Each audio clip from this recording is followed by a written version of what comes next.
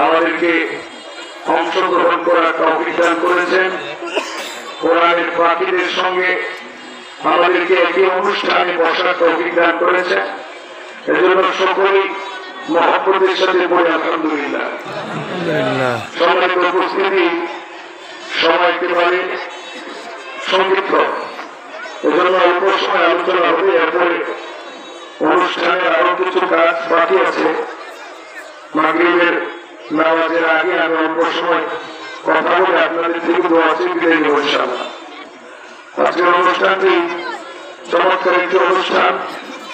কোরআনের সবক দেওয়া হয়েছে, বড় ভালো লেগেছে যারা কোরআনের সবক নিয়েছে এবং যারা এই মাদ্রাসায় কোরআনের পাখি হয়ে এসেছেন।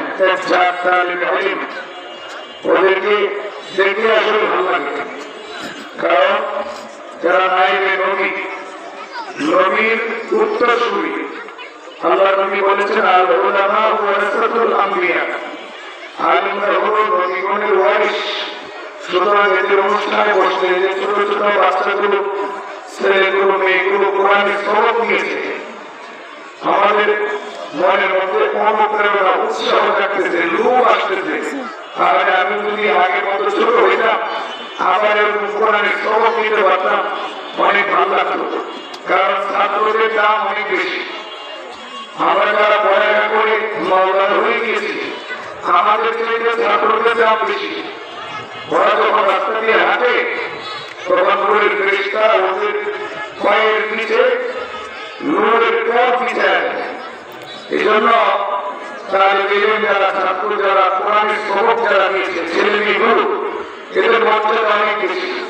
শুধু এদের মর্যাদা বেশি তা নয়, এদের সাথে যারা সংশ্লিষ্ট আছে, এদের মা বাবা, এদের মর্যাদা বেশি। আপনারা অনেকে জানেন, কোরআন হাদিস বুঝেন। হাদিসের পাকের মধ্যে আল্লাহ নবী সাল্লাল্লাহু, যে ছেলেটা হাফেজ হয়, যে মেয়েটা হাফিজা হয়, কাল কিয়ামতের ময়দানে আল্লাহ রাব্বুল আলামিন তার মা বাবাকে সম্মানিত করার জন্য, তার মা বাবার মুখ উজ্জ্বল করার জন্য আল্লাহ রাব্বুল আলামিন তাদের মাথার মধ্যে একটা নূরের মুকুট পরায় দিবেন। রাজা বাদশাদের যেমন মুকুট থাকে, শাহী মুকুট, এমন মুকুট পরিয়ে দিবেন। আর ওই মুকুটের একটা বৈশিষ্ট্য হবে, এটা শুধু মুকুট না, এটার আলো থাকবে, জ্যোতি থাকবে। কত বেশি জ্যোতি হবে! আল্লাহ নবী বলেন, সূর্যটাকে একটা ঘরের ভিতরে ঢুকায় তোমরা যদি চেক করো ঘরটা কতটুকু আলোকিত হয়, আর নূরের টুপিটা ঢুকায় চেক করো কোনটার আলো বেশি হয়। আল্লাহ নবী বলেছেন, হাফেজদের আব্বা আম্মার মাথায় যে শাহী মুকুট পরানো হবে, টুপি পরানো হবে, সূর্যের আলো থেকে ওই মুকুটের আলো বেশি হবে। এটা হল সম্মান। আর অন্যান্য নিয়ামত তো আছে। ওরা মা বাবা আত্মীয় স্বজনকে জান্নাতে নিয়ে যাবে, ওটা তো পরের কথা। জান্নাতে যাওয়ার আগে একটা প্রদর্শনী হবে, সম্মান। এরপরে আল্লাহ নবী বলেন, মা বাবার সম্মান যদি এত বেশি হয়, তাহলে যে ছেলেটা মার স্নেহ, মার মমতা, বাবার ভালোবাসা, বাবার সুহাগ ছেড়ে, বাড়ি গাড়ি সব দুঃখ ছেড়ে কষ্ট করে মাদ্রাসায় থেকে উস্তাদের আরো সুহাগ এবং পাশাপাশি শাসনের মধ্যে থেকে কষ্ট করে লেখাপড়া করেছে, ওই ছেলেটার মর্যাদা কত বেশি হতে পারে? যে ছেলেটা কষ্ট করে পড়ালেখা করেছে, ওর মর্যাদা আরো অনেক উঁচা হবে, অনেক বেশি হবে। এই জন্য আমরা যে ছেলেদেরকে আজকে কোরআনের সবক দেওয়া হয়েছে, আমরা সবক দেওয়া হয়েছে, হিজরের সবক দেওয়া হয়েছে, ওরা যেমন ধন্য, আমরা যারা মা বাবা এখানে উপস্থিত হয়েছি আমরাও ধন্য। এখন শুধু ছেলে দিয়ে বসে থাকলে হবে না, এই ছেলেকে ইস্তেকামাতের সাথে যেন হয়তো শেষ করতে পারে, যেন আলেম হতে পারে, যেন পরহেজগার হতে পারে। এই জন্য আমাদেরকে আল্লাহর কাছে বেশি বেশি দোয়া করতে হবে, ওয়াদার অভিযোগ রাখতে হবে। অনেক সময় বাচ্চারা দুষ্টামি করে না, মাদ্রাসা ভালো লাগে না বললে আমার ভালো লাগে না। অনেক সময় মিথ্যা অভিযোগ দিবে, হুজুর আমাকে শাসন করে বেশি।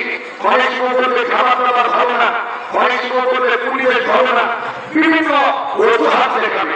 কারণ ওরা তো বাচ্চা মানুষ, ওরা নিজেদের উপকারটা বুঝে না। বড় হয়ে ওরা আলেম হয়ে সম্মানী হলে ওরা এটা বুঝে না। আমরা বুঝতাম না।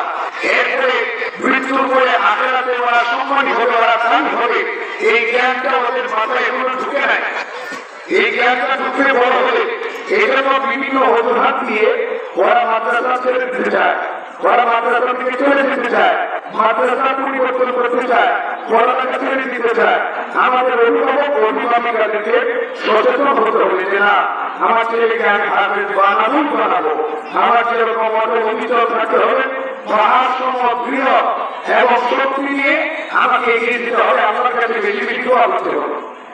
এটা কার্যকরী হবে বেশি তখন যখন আমরা মা বাবারা নামাজ পড়বো, আমরা যখন ভালোভাবে চলবো এবং আল্লাহর কাছে দোয়া করবো, যখন আল্লাহ পাক কবুল করবে, আমরা একদিক থেকে স্ট্রং থাকবো যে না মাদ্রাসায় পড়তেই হবে। অন্যদিক থেকে আল্লাহর কাছে দোয়া করবো যে আল্লাহ আমার ছেলেটাকে হাফেজ, আমার মেয়েটাকে হাফেজা হিসাবে, আমার মেয়েটাকে আলেমা হিসাবে, আমার ছেলেটাকে আলেম হিসাবে, আদর্শ বা সন্তান হিসাবে তুমি কবুল করে নাও। এই দোয়াটা বেশি বেশি করবো, কারণ টাকা পয়সার চাইতে সন্তানের মূল্য আমাদের কাছে বেশি। টাকা পয়সার চাইতে সন্তানের মূল্য আমাদের কাছে বেশি। একটা ছেলেকে মানুষ বানানোর জন্য আমরা মা বাবারা কতটা পরিশ্রম করি। মাসে কেউ 20,000 টাকা খরচ করে, কেউ 10,000 টাকা খরচ করে একটা ছেলেকে আদর্শবান বানানোর জন্য, একটা ছেলে নেককার হয়ে আদর্শবান হয়ে এই ছেলের জন্য আমার মুখ উজ্জ্বল হবে, ভবিষ্যৎ উজ্জ্বল হবে, এই জন্য রক্ত মাংস এক করে রিক্সাওয়ালা তার ছেলেকে আলেম বানাতে চায়, হাফেজ বানাতে চায়, তার ছেলেকে শিক্ষিত বানাতে চায়, মাটি চাকরিওয়ালা তার ছেলেকে মানুষ বানাতে চায়, নিজে কষ্ট করে 3 বেলার মধ্যে 1 বেলা খায়, কিন্তু ছেলেটাকে 3 বেলা খাবার খাওয়া, মেয়েটাকে 3 বেলা খাবার দেয়, মেয়েটার উজ্জ্বল ভবিষ্যৎ কামনা করে। কেন? কারণ টাকার চাইতে, সম্পদের চাইতে ছেলেমেয়ের ভবিষ্যৎটা মা বাবার কাছে মূল্যবান হয়। তো এই মূল্যবান ভবিষ্যৎকে যদি আমরা সুন্দর করতে চাই, তাহলে কোরআনের শিক্ষা ছাড়া বিকল্প নেই এবং আমাদেরকে অটল অবিচল থাকা ছাড়া বিকল্প নেই। আজকে অনেক ছেলে কষ্ট নিব না, আমাদের অনেক সন্তান আজকে বিশৃঙ্খলা করে কিশোরীকে হয়ে যায়, নেশাকু হয়ে যায়, মা বাবার সাথে খারাপ ব্যবহার করে, মা বাবাকে হত্যা পর্যন্ত করে ফেলে, মা বাবাকে দূরে ফেলে দেয়, মা বাবার সাথে সম্পর্ক ছিন্ন করে। কেন? কারণ তার ভিতরে কোরআনের জ্ঞান নেই, তার ভিতরে হাদিসের জ্ঞান নেই।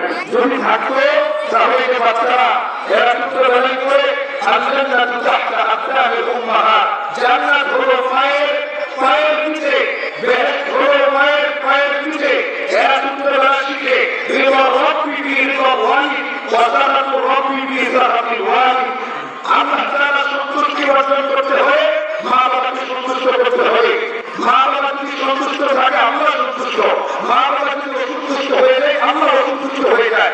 এই জ্ঞানটা ছোটবেলা এদেরকে দিয়ে দেওয়া হয়।